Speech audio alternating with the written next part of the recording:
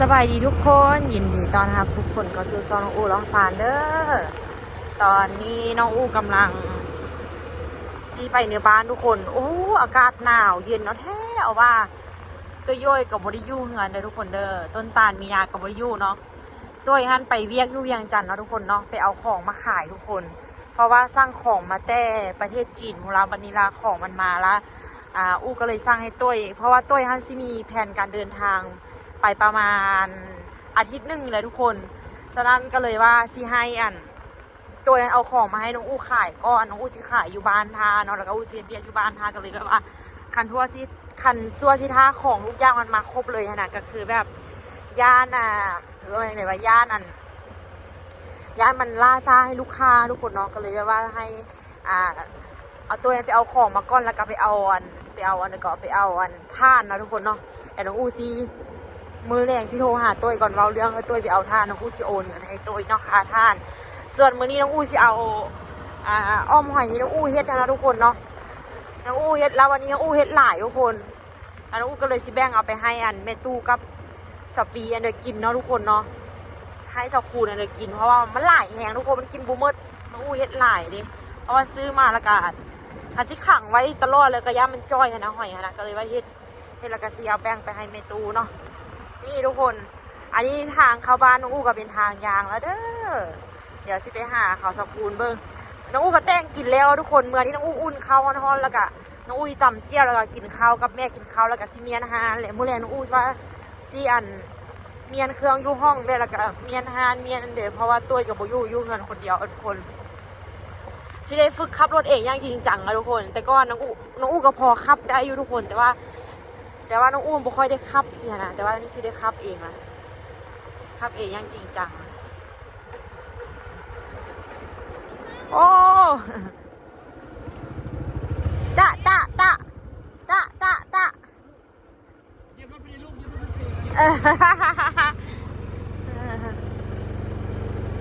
ปูทางอย่างนะทุกคนเด้อตอนนี้บ้านน้องอู้มีทางอย่างแล้วบ้านนี้สร้างมาได้ประมาณเท่าไหร่ก็40 กว่าปีทุกคนประมาณ47 ปีทุกคนบ้านนี้นะประมาณ47 ปีแต่ว่าหากได้มีทางอย่างมุมนี้งามในหมู่บ้านนี่ปู2 ชั้นแล้วดินี่ปู2 เบื้องอะโอ้คักแค่ว่าบ้านผู้เดิมมีทางอย่างละคักวะเฮ้เดี๋ยวสิขี่รถหรือสิแลนนำรถเอาบยานล้มแล้วหัวเข้าเทิกวะไปเดี๋ยวบยานไปเลย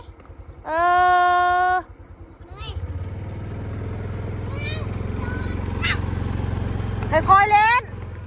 นี่เห็นบอกเกิบเฮียแล้วฮะน่ะ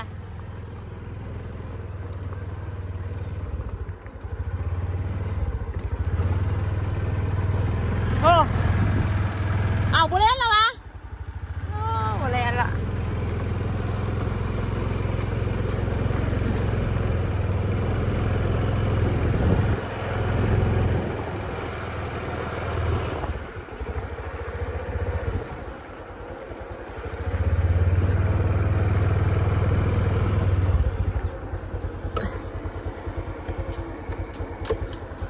หน้าบ่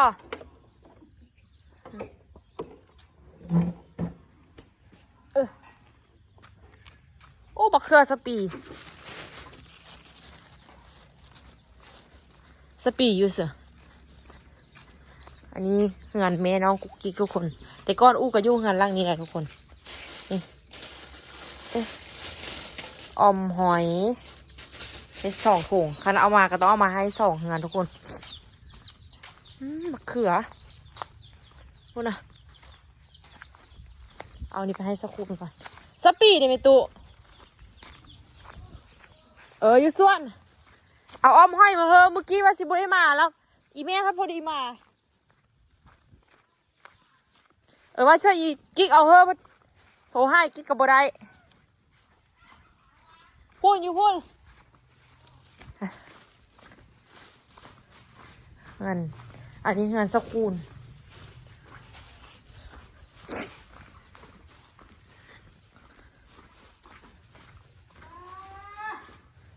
อ้าวหายเด้อเฮ็ดให้กินตายนี่เขาเอาห้อยมาเฮอนี่ละเออแล้วมันจะเข้าตู้เย็นไว้เอาไปเพื่อสักปีได้สักขุนก็ไล่เบ้งเพื่อสักปีเฮอละเด้เฮอเราท่งนึงอันนี้ก็ท่งนึงอันนี้พูดเราท่งนี่นะอ้อมเสื้อนั่งอ้อมเสื้อบอลว่านอ้อมเสื้อพักเน่านี่นะบักแซ่บๆนี่นะให้กำลังขี้คานอยู่เอาคิดว่าไปแต่พวกนั้นบ่โอ้คานไปเฮาผู้เดียวกับใครเลยบ่บอกออโต้ฮั่นแหงขี้ดื้อเดี๋ยวนี้แหงขี้ดื้อให้มือสวยนี่เครียดเธอแม่อุ้มก็บ่เอาถ้าเธอแม่ตู้มาเอาจังดีอุ้มกันละไปว่าอ่อนแม่ก็จะบวก5แล้วนะตัวเป็นฮักกันกับมีตู้มันขี้ดื้อแฮงน่ะเฮาไปแล้วจ้อยมันไปให้น้ำรถน้ำล่างอีตุ่นมันแห้งงุนงิดเนาะมันอยากลงรถมันอยากลิ้นมันอยากไปมันเห็นสินะมันบ่ฮู้เด้อหั่นแล้วบ่ไปดอกไปก็ไปวุ่นวายไม่ตู้ไปจะไปวุ่นวายตัวยาอยู่คลินิกอีกมันอยู่มันย่าปานนั้นจังคันสิไปบ่มีเวียกเลยอยากไปจังไปอยากไปก็ฟ้าวไปฟ้าวมาเด้เอาไปมาไว้บ่เนาะมื้ออื่นมื้อตี้เข้ามาบรรยากาศตอนแรงสปียังบ่เป็นตาไปซ่อนมาสปีบ่มีเวลาไปเนาะฮะหนาวแล้วปนิบกุ้งมันก็สิออกแล้วตี้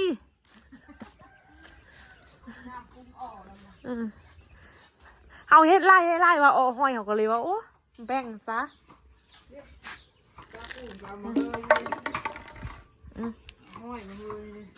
เฮาของเฮาใส่นั่งใส่บอนว่านใส่อันผักเน่าใส่ซีนหมูป่าโอ้โหจักเลยโอ้ยเสียกว่าจะบีอ๋อห้อยเสื้อผักเน่าน่ะเสื้อบอนว่าเราเป็นโอ้ยย่อยแล้วสดน้ำคือว่าคักๆเลย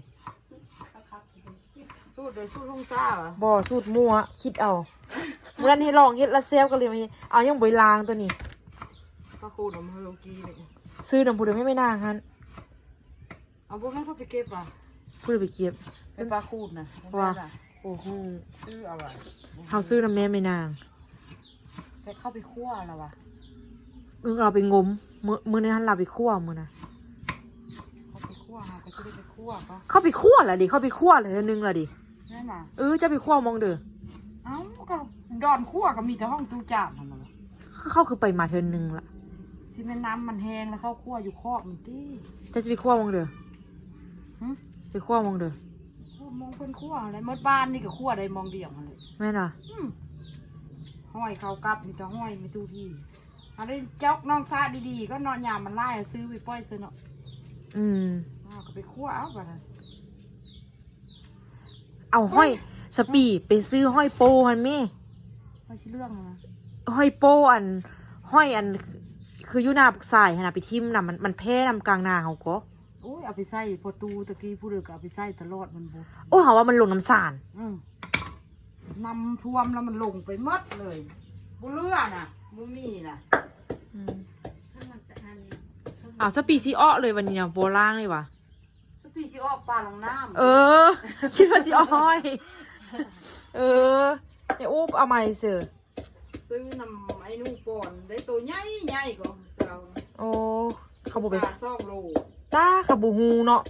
ฮูซื้อฝากไปเฮอไม่สุกปลาหลังน้ำปลากำงามนะคุณเซาแม่นว่ะเขาได้แต่เห็ดบดกับเมื่อเราซื้อเห็ดบดแล้วเขานึ่งไว้กับอันตัวซื้อซีหมูปลาไปฝากไปพาไปเวียงเอ็ดอันเดิมไปเอาเครื่องมาขายสร้างอัน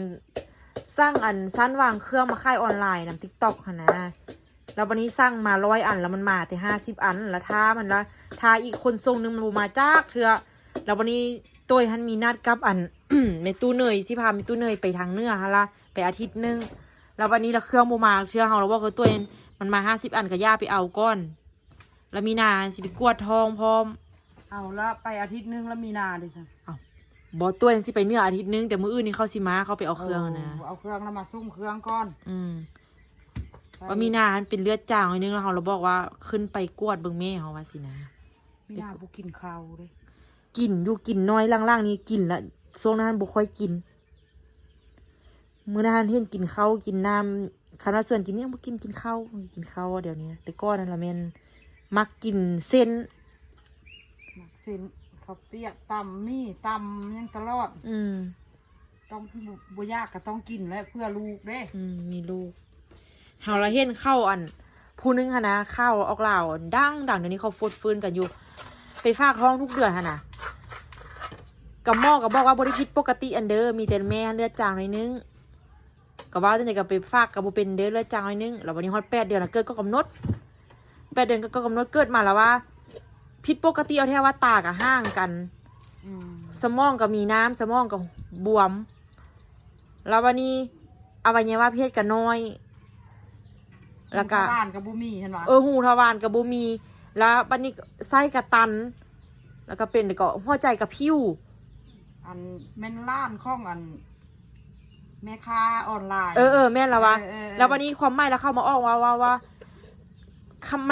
มันผิดปกติไล่ขนาดนี้ตอนเอ็กโกหันหม้อบุหูเลยว่าอันมันผิดปกติแด่หันนามันจนว่าจนสิเกิดละเสียจนบุหูจนเกิดวันนี้พามาเกิดก่อนกำหนดอีกสิหันนาแล้วเราว่ามีนามันมีภาวะอันเลือดจางเราบอกว่ามันขึ้นไปกวดเขา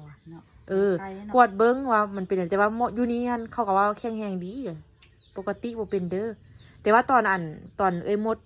ไพฮันตอนเราถือพาเราก็ภาวะเลือดจางกันตอนนั้นลูกเราออกมากับปกติแต่ว่า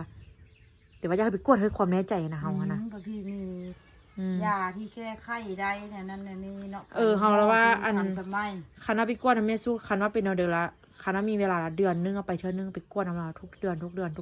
นะคือเฮาไปนะพอยามเกิดแล้วก็ไปเกิดอยู่พุ่นไปเกิดอยู่เวียงเอาบ้านเฮาบ่เกิดละยานบ้านเฮาโอ้ยนี่เฮาก็มีรถมีรางเด้แล่นรีบไปบ้านนึงเฮาก็ว่าตอนนั้นบ่ฮู้ว่าเจ็บท้องเกิดลูกเป็นจังได๋บัดสิเจ็บแล้วก็ยานแต่เกิดเจ็บแล้วก็ยานแต่เกิดโอ้บัดนี้ฮู้แล้วบัดนี้สัวสิเกิดบัดนี้ฮู้ละมีตั้งแต่เจ็บเฮงๆกะว่าจะคิดว่าเจ็บระดับนี้แล้วขี่รถไปละสินะตะกี้ลืมก็ล่ะก็บ่ลืมยังจื้อได้อยู่สปีลืมว่ะลืมก็อยากลืมแล้วดนล่ะห่างกันเอาจักปีลูกหั่นพูดว่ามีบิ๊กห่างกูกี่จักปีไอ้บิ๊กห่างกูกิ๊ก4 ปีดนเนาะจนอยากลืมพุ่นแหละแล้วกูกิ๊กห่างไอ้เบอร์ดี้7 ปีป้าคันผู้หญิงมันเกิดไวไดมันบ่ได้คือผู้ชายไดไอ้บิ๊กเกิดยาเจ็บว่ะโอ้แนวเกิดลูกหัวเศร้าเนาะจักว่าเจ็บแท้หรือเจ็บลิ้นบ่ฮู้เนาะบ่ฮู้ก็เจ็บแต่แอวนี่แหละโอ้ไอ้บิ๊กกับคันเทียบกับเกิดยากันแล้วแนวหาบ่ฮู้เนาะมากูกิ๊กนี่คือว่าขี่รถจักรไปตอนจักโมง4 โมงเช้าแล้วจักโมงเกิดขี่รถจักรไปอีกแค่คิวจะไปเกินปันอีจี้คิวจะไปเกินลูกเองกินยำจีนอิ่มแล้วไปกันเด้อว่าจะไปเกิดลูกผู้ที่ย่องเนี่ยนะง่ายเอาฮูดิเอาฮูว่ามันสิเกิดยามเดิมดิโอ้ยหนาวเฮ็ดได้กับบัวคักได้ตะกอกซอกตลอดบรรยากาศบ้านแม่จำปีนี่ก็ได้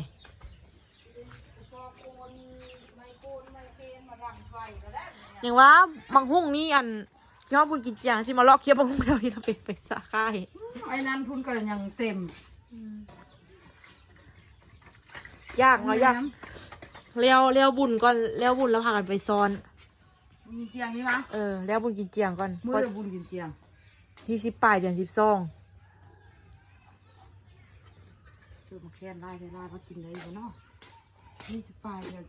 12สปีโมเมนต์แขกให้เบิกบัตรบักไล่ว่ะปีนี้ก็ไปคันบุญกินเจียงนั่นไปมือนึง2 งาน3 งานเนาะหมดมือ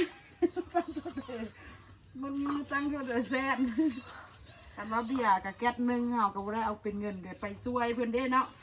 ก็เลยว่ากระเซ้าดอกไม้มันเป็นกระเซ้ามากไม้กระเซ้าลังนกลังเนกเลยมันเป็นปีใหม่ของข้าวไปอวยพรบางบ้อนก็เอาเงินมาเข้ามาแค้นเหือนเลยเขาเอ็ดควันใส่หอมสีแซ่บหอมสีหอมป้อมหอมบัวหอมปลูกเองแม่อันน่ะเคยกินวะผักแคนโอ้ยมักว่าเอาหูเจอเป็นบ่ฟูเอื้อมเลยผักแคน งูกลับเลยนะมีแต่มาแค่นนี่กินได้บ่นี่หืนซกคุณผู้จัก เมตุซีอาบน้ำมาตีเมตุซี บ่ได้ไปเห็นเอาโตลายมือแล้วเด้เนาะเบาสร้างคิดก็เป็น เบามัวไป เบามัวแล้วก็ได้ยินเสียงเขาดีก็ดีนั่นเนาะ เบาตามมาซื้อบ่ฮู้เด้อ ตาเฮียนนั้นมันตามไปเนี่ยนั่นแหละมันก็ลึง ว่านอนไล่ว่าใช่แม่ว่าแม่ว่า แม่ก็ อันทุกคนไปเอาอ้อห้อยเนี่ยไปเพื่อสักคูณสักปีละ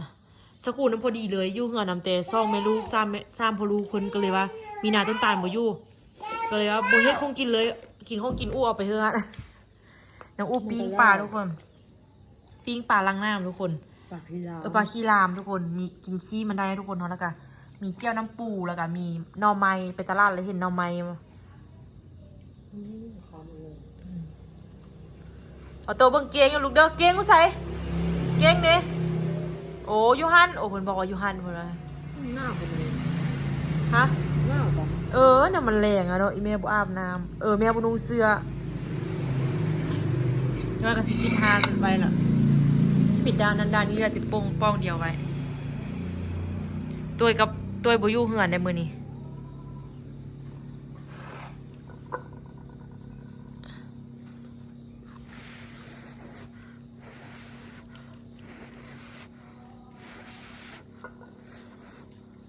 อีแม่กะแพงมันเด้อีแม่กะเมืองมันเด้แท้ก็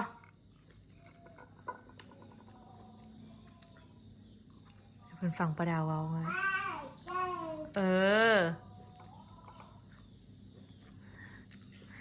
ต้องซื้อเสื้อใหญ่ๆมาให้นงจากนั้นก็สิสั้นน่ะนะเขาก็เลยว่าเอาเบอร์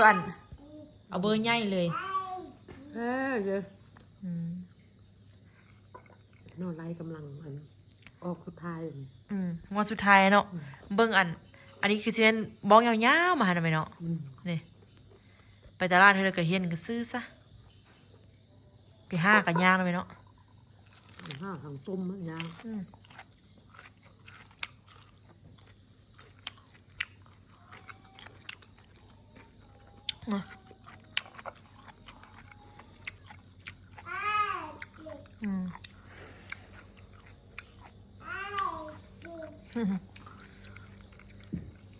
เจ้าลำปูแซ่บบ่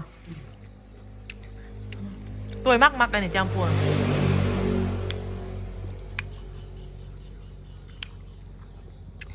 เห็นกับนอแซ่บๆอุ้ย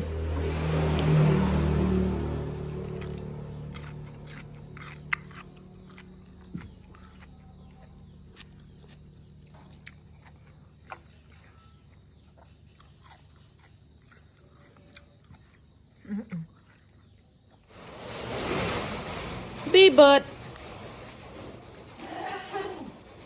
ด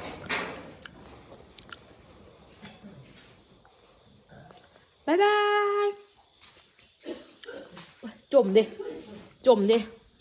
จ็บแค้นเดี๋ยวอุ้มมาโต้บอลละ ที่เล่นเล่นอ่างได้เดี๋ยวนี้นะ